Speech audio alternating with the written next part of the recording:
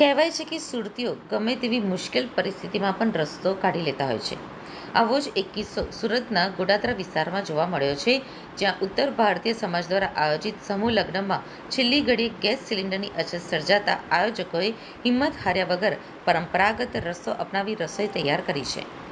વૈશ્વિક સ્તરે યુદ્ધની સ્થિતિના કારણે કોમર્શિયલ ગેસ સિલિન્ડરની ભારે અછત સર્જાઈ છે. તે દરમિયાન ગોડાદરા ખાતે યોજાયેલા સમૂહ લગ્નમાં કેટરર્સે અંતિમ સમયે ગેસની વ્યવસ્થા ન હોવાનું જણાવતા આયોજકો ચિંતામાં મુકાયા હતા. 15,000 મહેમાનો માટે જમણવાર તૈયાર કરવાનો હતો અને ગેસ ઉપલબ્ધ નહોતો. આ કપરી પરિસ્થિતિમાં આયોજકોએ સી.આર. પાટીલનો સંપર્ક કર્યો હતો. તેના માર્ગદર્શન અને આયોજકોની સૂઝબૂછથી મોડી રાત્રે જ જેસીબી દ્વારા રસોડા માટે 5થી વધુ મોટા ખાડા ખોદવામાં આવ્યા હતા. ગેસની અવેજીમાં તાત્કાલિક ધોરણે 2 ટન લાકડાની વ્યવસ્થા કરાઈ હતી. આખી રાત મહેનત કરીને લાકડાના બળતણ ઉપર રસોઈ બનાવવાની શરૂઆત કરાઈ અને 15,000 લોકોનું ભોજન સમયસર તૈયાર કરી લેવાયું. સુરતવાસીઓએ ફરી એકવાર સાબિત કરી દીધું કે આપદાને અવસરમાં કેવી રીતે બદલવું. મારું નામ અમરસિંહ રાજપૂત છે.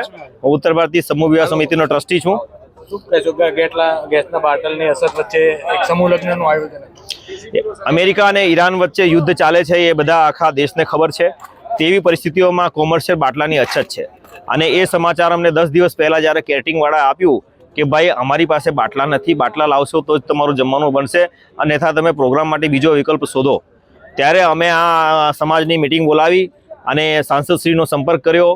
તો અમને એ લોકો, સમાજના લોકો અને સાંસદે કીધું કે ભાઈ જૂના જમાનામાં આપણે લાકડા પર ખાના જમવાનું બનાવતા હતા અને તમે એના પર ફોકસ કરો. કેટરિંગવાળાને પણ અમે કીધું, રાતના જેસીબી બોલાવી ખાડો કર્યો, ચૂલો બનાવ્યો અને લાકડા મંગાવ્યા. 2,000 કિલો ગામડાથી લાકડા આવ્યા અને અત્યારે રાતથી છે ને અમારું જમવાનું બનાવવાની તૈયારી ચાલે છે અને અત્યારે લગભગ મોસ્ટ ઓફ તૈયારી પૂરી થઈ ગઈ છે. હાલ પૂરી ખાલી કાઢવાની બાકી છે. એટલે આ આપદાને અવસરમાં અમે પરિવર્તિત કર્યું છે.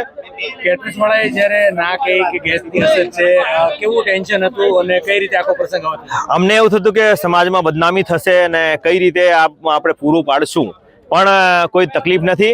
અત્યારે અમારે છે ને એવું કંઈ લાગતું નથી અને અત્યારે અમારું પ્રસંગ પૂરું થવાની આરે છે ને જેનું પણ પ્રસંગ હોય તે લોકો પણ આવી રીતે જ કરવું જોઈએ. અહીં ઉત્તર ભારતીય સમૂહ વિવાહ સમિતિ દ્વારા 51 જોડાના આજે લગ્ન થવાના છે, જેને અનુરૂપ આજે જે બરાતીઓ ઘરાતીઓ છે 15,000થી વધુ લોકો અહીં જમણવાર કરવાના હતા.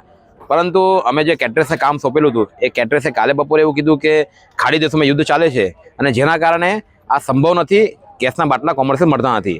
તો અમે લોકોએ અમારા સાંસદ અહીંયા જલશક્તિ મંત્રી સી.આર. પાટીલ સાહેબને વાત કરી. એમણે કીધું કે તમે લોકો આપદાના અવસરમાં કેવી રીતે બદલવું છે એ તમે સાહિત્યના જાણો છો. તો અમે લોકોએ આ દિશામાં આગળ વધી, કોઈએ જેસીબી મંગાવ્યું, કોઈએ ઈંટની વ્યવસ્થા કરી, કોઈ ગયા ગામડામાંથી લાકડા લઈને આવ્યા. તમામ સમાજના આગેવાનો જમા થઈને આ કામ કર્યું. અને આપણે પહેલાં બી જૂના જમાનામાં જ્યારે પૂર્વજો હતા ત્યારે બી ગેસનો બાટલો તો હતો જ નહીં. એટલે આ રીતના જ કામ કરીને આગળ વધતા હતા. એટલે અમે એ દિશામાં આગળ વધીને આજે તમામ લોકોને સ્વાદિષ્ટ અને એકદમ સુંદર ભોજન અમે કરાવશું એની બાંહેધરી ખાતરી આપી છે.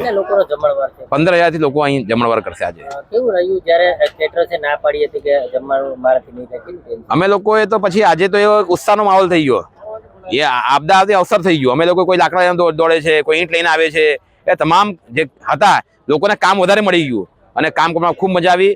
અને આ જે હતું સમૂહ વિવાહ સમિતિ દ્વારા ખૂબ સારું કામ કર્યું અમે લોકોએ અને આ બી ખૂબ સારું